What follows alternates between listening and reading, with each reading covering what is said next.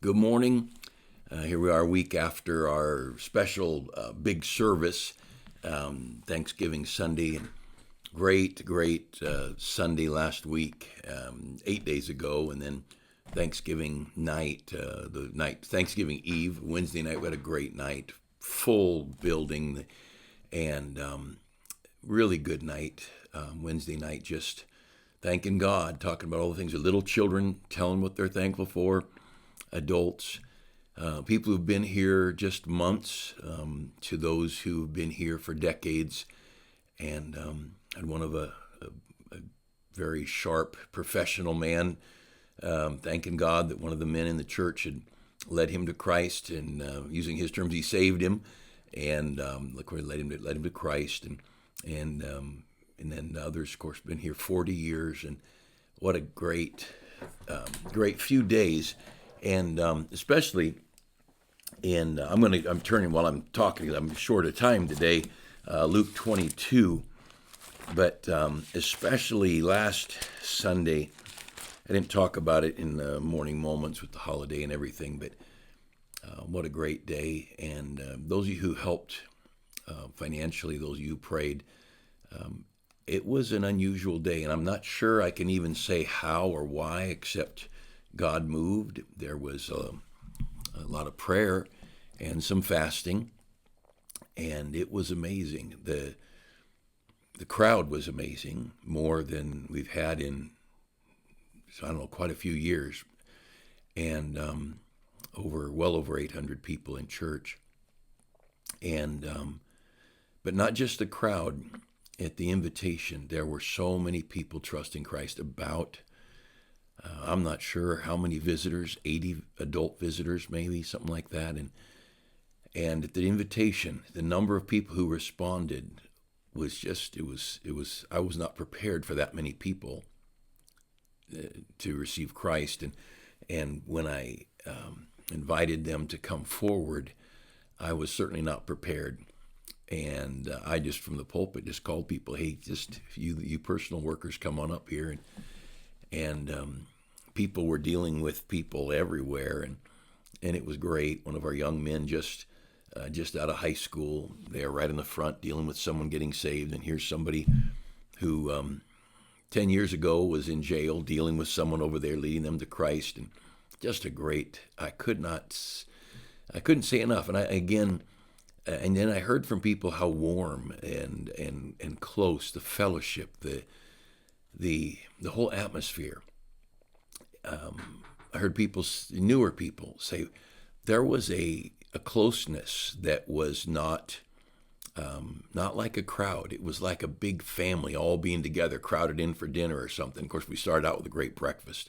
It was really, we ate at 10 o'clock, and people brought lots of food. We had breakfast, just no tables set up hardly anywhere, just people hanging out, eating and enjoying fellowship. 10:30, the music, and wonderful music, and then preaching, and then a great invitation, and some fun for the kids. And it was a big day with adults, not with children. We had maybe 20 or 30 visiting children, and so 3 to 4 times that many visiting adults. But it was a great morning, and great decisions, and of course people baptized. It's a great day, and I'm very thankful. And God's been good to us, and God's been good to our country. Pray for our country. I hear more people in politics and more people in the media talking about God and talking about the Bible, more than I've heard in years. And I think people are relaxed enough to talk about God, to mention God. It's like when Obama left the office and President Trump was elected the first time. So this is the beginning of November, obviously, but immediately before, he wasn't inaugurated until January, but there were Merry Christmases everywhere that were not there the 2 or 3 Christmases before, because when the wicked are in authority, the people mourn.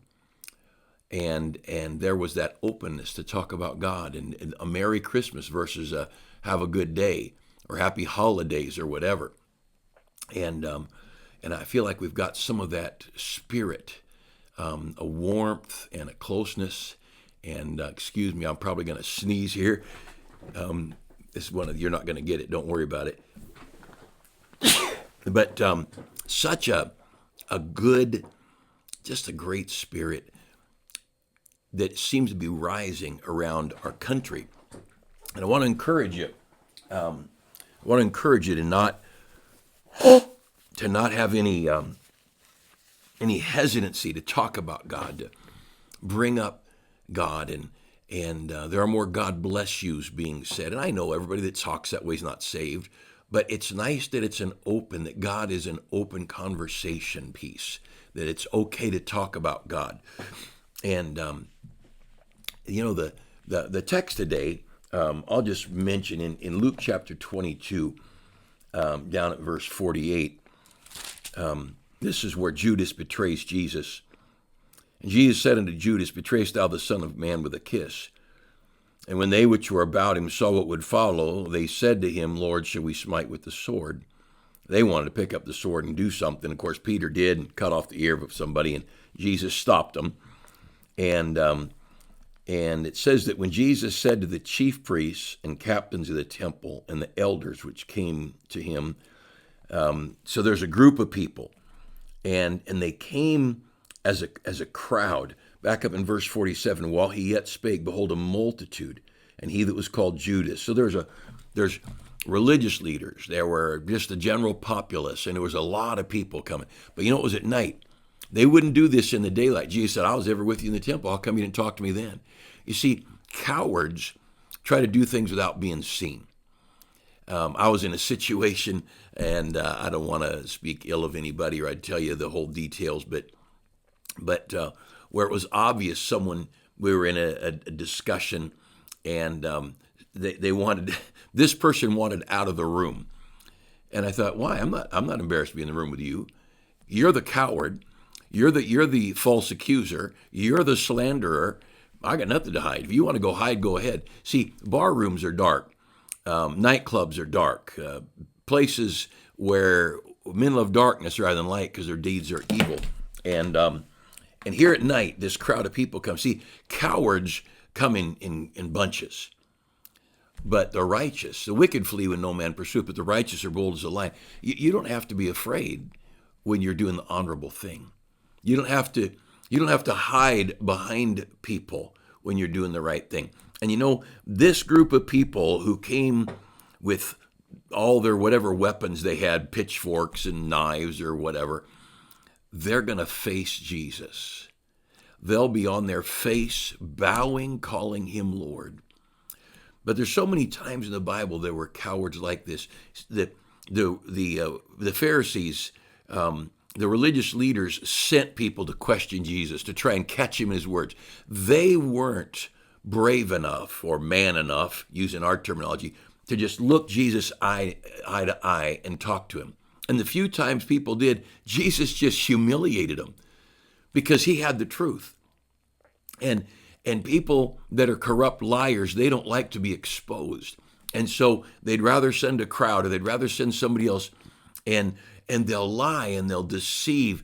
And you go back to the story of Naboth's vineyard, when Ahab wanted the vineyard and Naboth wouldn't sell it, and Jezebel had to get some liars to lie about Naboth and say he blasphemed God and the king. Well, he did no such kind of thing.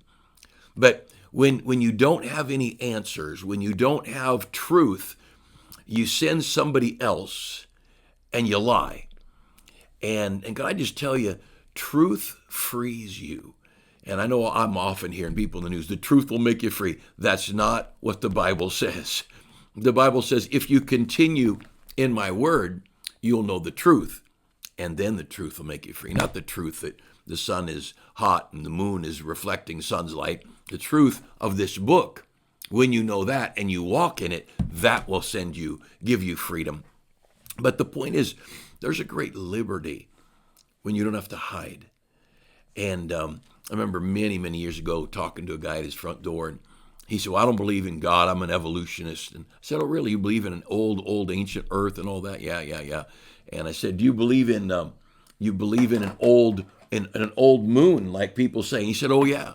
And I said, well, remember how much dust there was on the moon, that first lunar landing? About 1/4 of an inch. I said, that indicates a young moon, doesn't it? And if the moon was millions of years old, wouldn't it have a lot more solar dust or lunar, whatever they call it, cosmic dust. And well, he said, well, I'm not a scientist. And he just did, people, they want to spout off, but as soon as they start facing facts, they're cowards. If you've got some facts that I don't understand about the Bible or about life, I don't mind. We can talk about it. But I know this, the crowd that made laws regarding an alleged illness, I got to be careful what I say, or the, what do they call it? They have these computer programs that seek out certain words, and then they ban you. They ban you from social media. And by the way, if you didn't get to watch the Sunday morning service last week on our Thanksgiving Sunday, it is on Rumble and YouTube. But that was our fault because we had a technical problem and it got to Rumble but not YouTube. But it is the simplicity of the gospel. Very, very simple. I talked about the gospel early on in the service, then again later on. But you don't have to be afraid of the truth. And if I'm wrong somewhere, tell me. I look for, I go here preaching, and I want the truth. But when we talk about alleged things, going to wipe out multitudes of the planet, I thought, no way, that's not going to happen. And it didn't happen, not as they said, nor did their cure work. And actually brought more deaths than they would ever publish. But we don't have to be afraid, and we don't have to hide. We don't have to kill a bunch of people or jail a bunch of people for fear of us being found out. Just tell the truth. And liars and deceivers and criminals, they hide behind things. Sometimes, when the people arrested Jesus, they had to hide behind the law. And when they arrested the Apostle Paul, they could always find, like the lawyers came trying to catch Jesus at his words. And one attorney some years ago said, "Do you preach about lawyers?" I said, "Oh yeah." And I said, the lawyers in the Bible were trying to catch Jesus at his word, and I talk about that. and don't be embarrassed. This is true.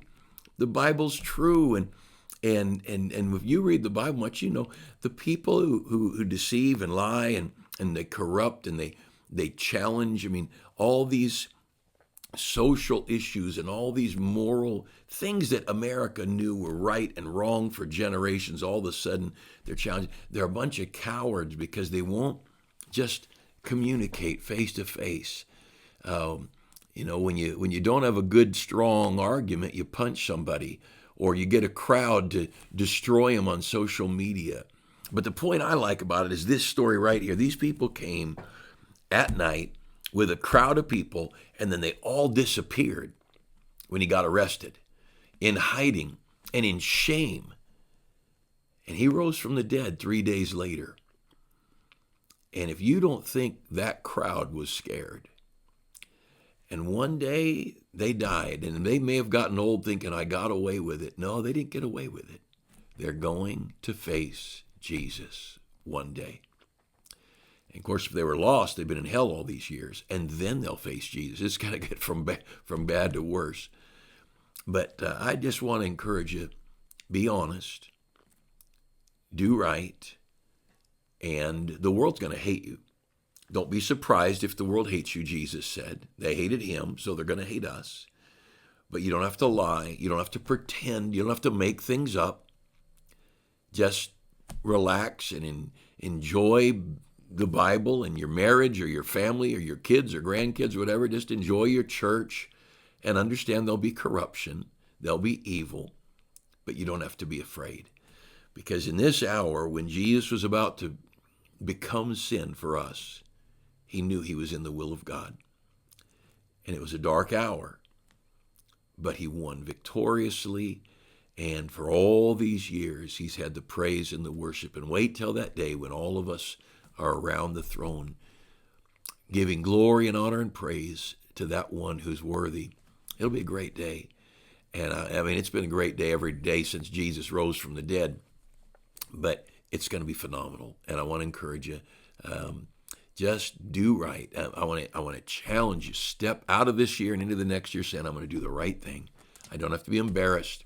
I don't have to be fearful because doing right is right. Now, when you start doing corrupt things, you got to hide. You start lying, cheating, whatever. Let's just be honest. Tell the truth. Love God. Love the Bible. Love your spouse. Do right. When you mess up, tell whoever you hurt or did whatever. Confess it. Get right with it.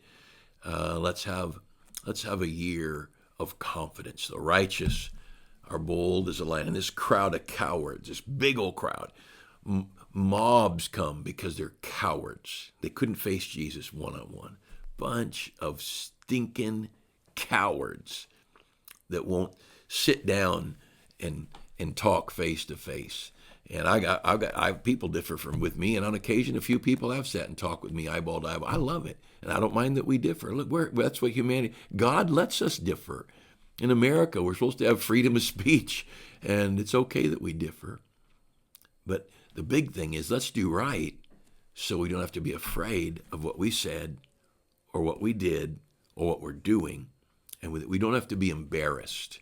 We don't have to explain to our kids or our friends or whatever, how did this happen? And then you got to make up this big old lie. You're going to face those things. You'll face every idle word will be judged, Jesus said. So I love that I can go to sleep at night with a clean conscience. I've kept my marriage vows. I love my church. I love the people who don't love me.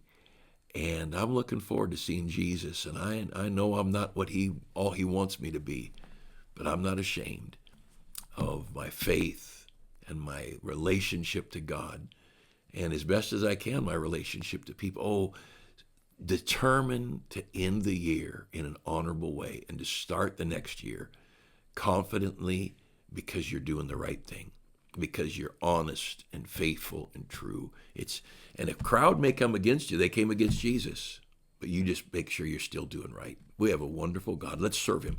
Let's serve him. We got few weeks of this year left before 2025. Let's live for God.